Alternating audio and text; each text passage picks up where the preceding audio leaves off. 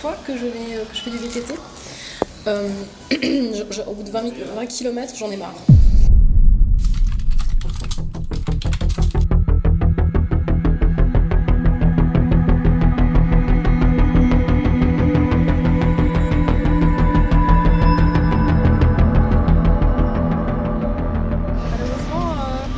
On commence par un petit cours technique de gonflage. Très bien. Elle a l'air très efficace ta pompe. C'est magnifique. Elle est grande. C'est pas la mienne, c'est celle d'un ami. J'ai très mal à la main. C'est un mouvement que je ne... Ah, c'est bon, j'ai l'habitude. Et donc c'est un Anakin.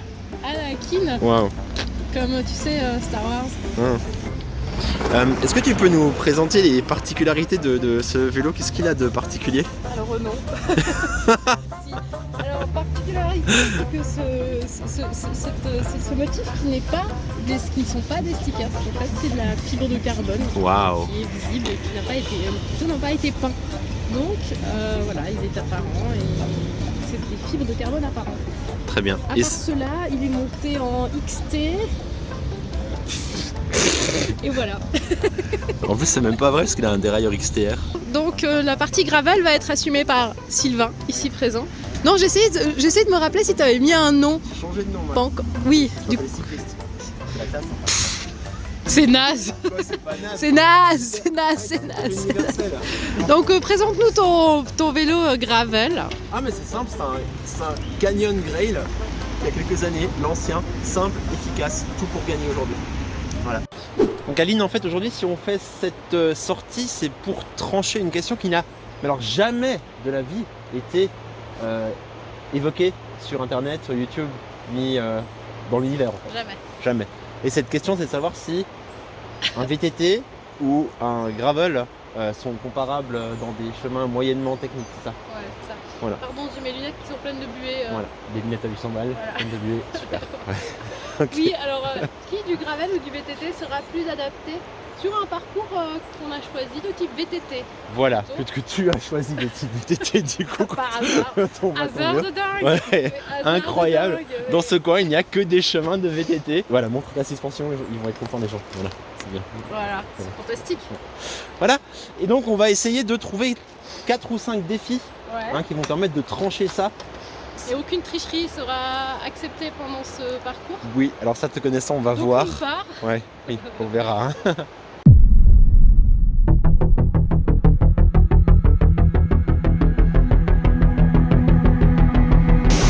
Qu'est-ce qu'il fait?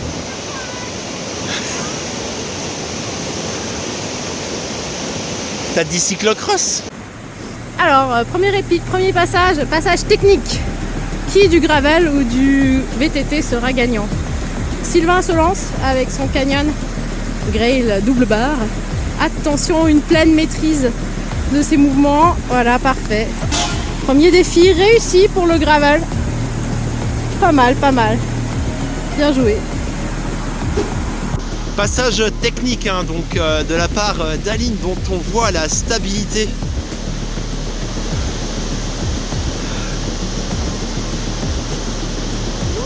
Ouh, mais t'as triché, t'es pas passé sur les cailloux, tu passes à côté.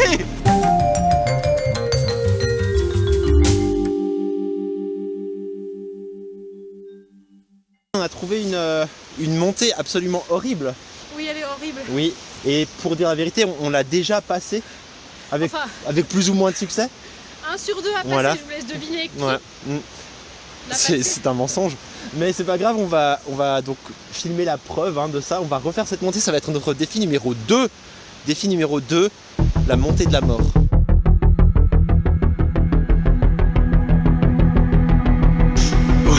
Ça commence bien. Elle va donc demander... Mon Dieu, elle a pas réussi à partir. C'est parti, elle repose le pied. C'est parti pour la montée de la mort.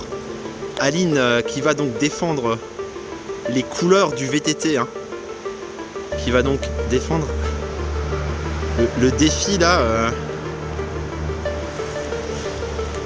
Il va devenir de plus en plus technique. La montée devient difficile. Le grip dans le pneu arrière, on voit que la cadence, ça devient dur. Attention, et malheureusement le défi est raté hein. Navré à tous les vrais pratiquants du VTT. Oui. Pour ce raté. Par honneur à cette communauté. Ah non. Voilà. J'ai fait un plan bien gênant sur toi, un gros plan.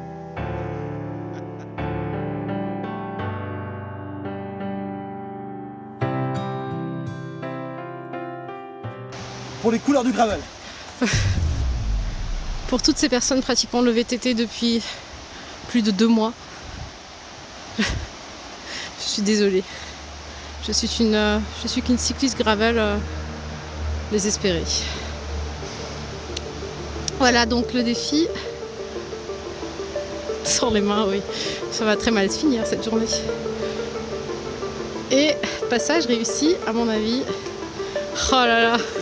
Putain, ça fait chier.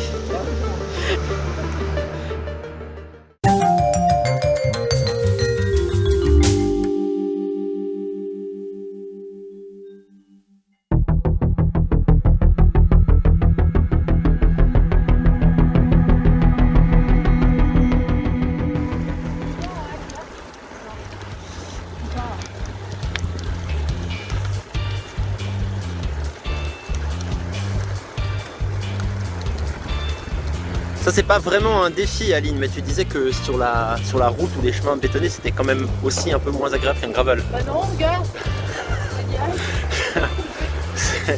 Cette meuf, c'est la mauvaise foi incarnée. Tu sais que à la vidéo je peux mettre de la musique dessus et on n'entend pas ce que tu dis hein.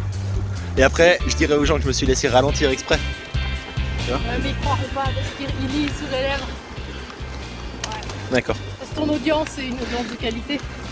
Voilà. Elle saura lire entre les lignes. C'est beau ce que tu dis.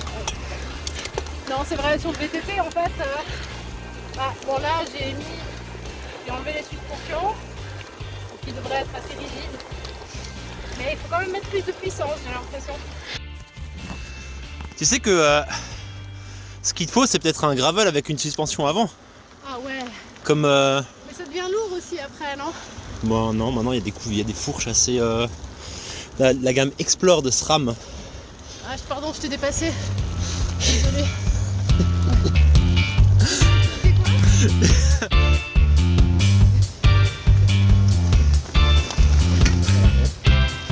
En vrai, des fois, ça évite de faire des sorties où tu roules toujours comme un taré.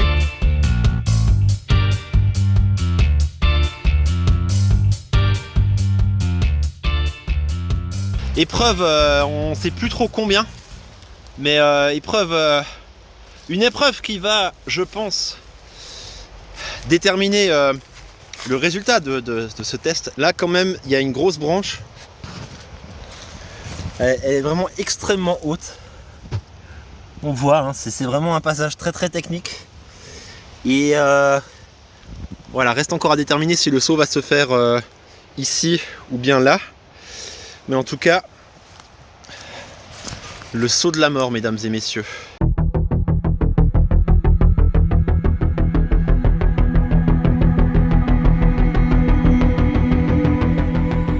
Aline, dans la vraie vie, on s'entraîne pas. Ça passe ou ça casse.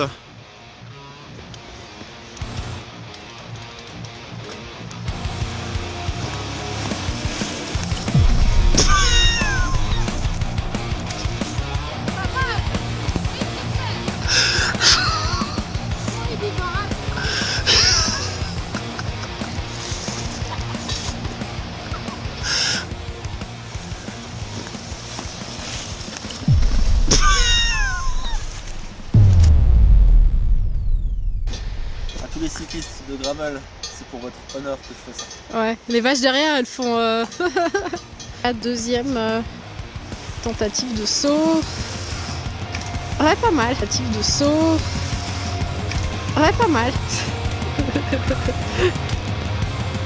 Et ouais. Je remercie mes parents, hein, sans qui...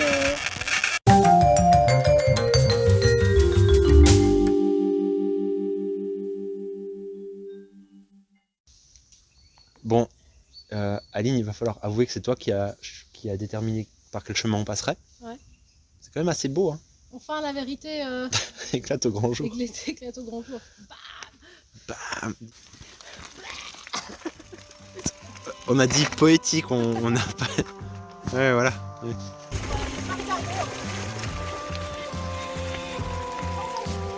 C'est beau, vas-y roule, je te filme.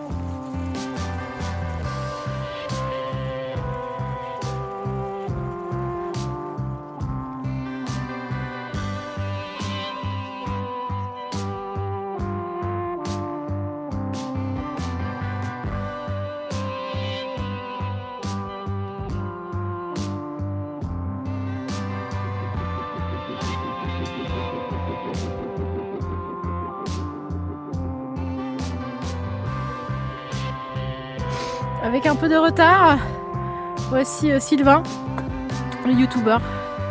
Là il va arriver vite parce que c'est du bitume, mais je lui ai mis à peu près 20 minutes. Chaud.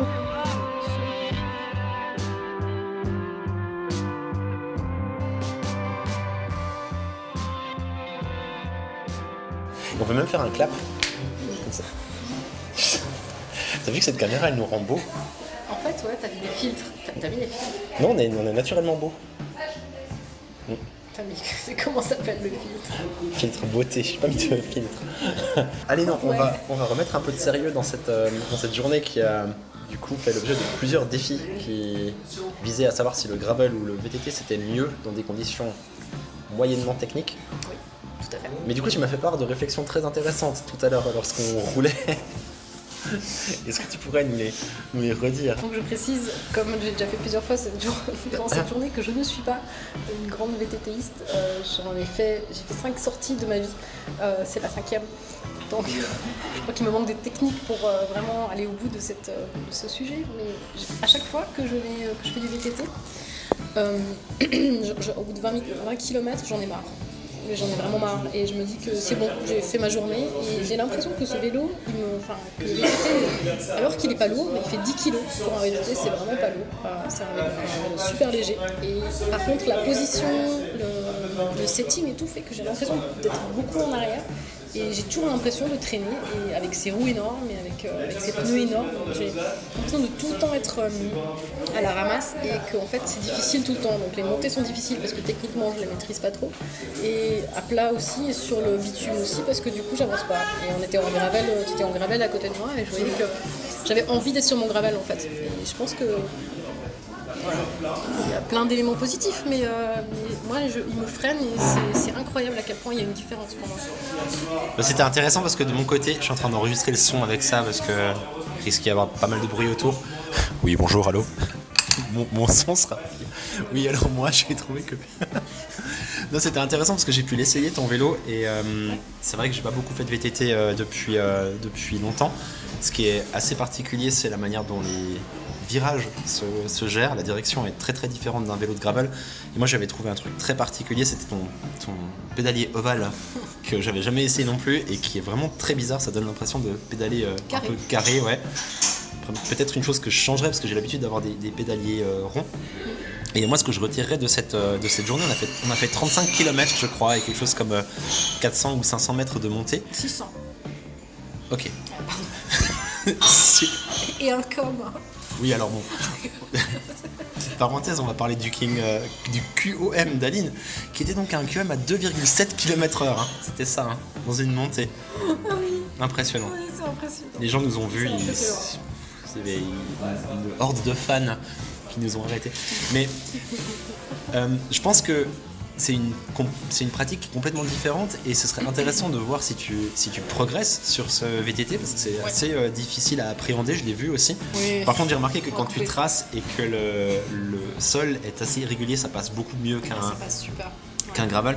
Mais c'est assez étonnant, je trouve, parce que je me suis beaucoup amusé avec le gravel. Il y a une histoire d'être un peu sous-équipé par rapport à l'environnement. Je trouve vraiment cool d'avoir des pneus qui glissent un peu, d'être un peu secoué, on sent vraiment ce qui se passe sur le terrain.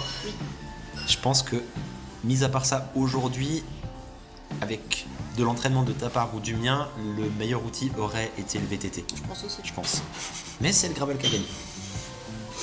Voilà. Oui, et vraiment beaucoup de points positifs, hein, comme tu disais aussi. Moi je trouve ce côté de ne pas s'inquiéter quand tu es des longs bouts en long passage à plat ou en descente, un peu en faux plat descendant. Et c'était vraiment super parce que tu lâches tout, tu mets, comment ça s'appelle, tu ouvres La suspension. la suspension et tu glisses, tu vas tout seul, t'as même pas besoin tellement de regarder le sol, tu peux juste regarder loin devant et profiter du paysage et juste te laisser glisser et tu vas vite en descente. Oui, oui. Et ça c'est génial. Hein. Et en montée, c'est vrai qu'en montée, je vois une différence, mais ce côté, oui, le grip, pour moi l'avant n'est pas encore là et ma position est certainement pas encore assez bonne non plus. Et donc voilà, je pense que le VTT c'est un vrai apprentissage. En fait. Alors qu'en gravel, j'ai l'impression que quand on vient de la route, c'est beaucoup plus facile au début à appréhender. En tout cas pour moi, le gravel.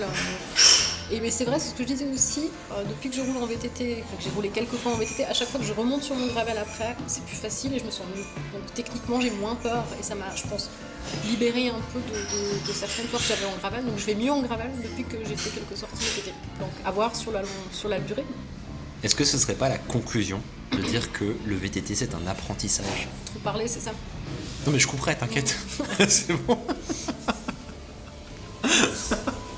Ah, tu donnes toute ton énergie et tout, tu fais une journée. Je voulais appuyer sur stop mais tu veux continuer à parler. Oui, alors forcément.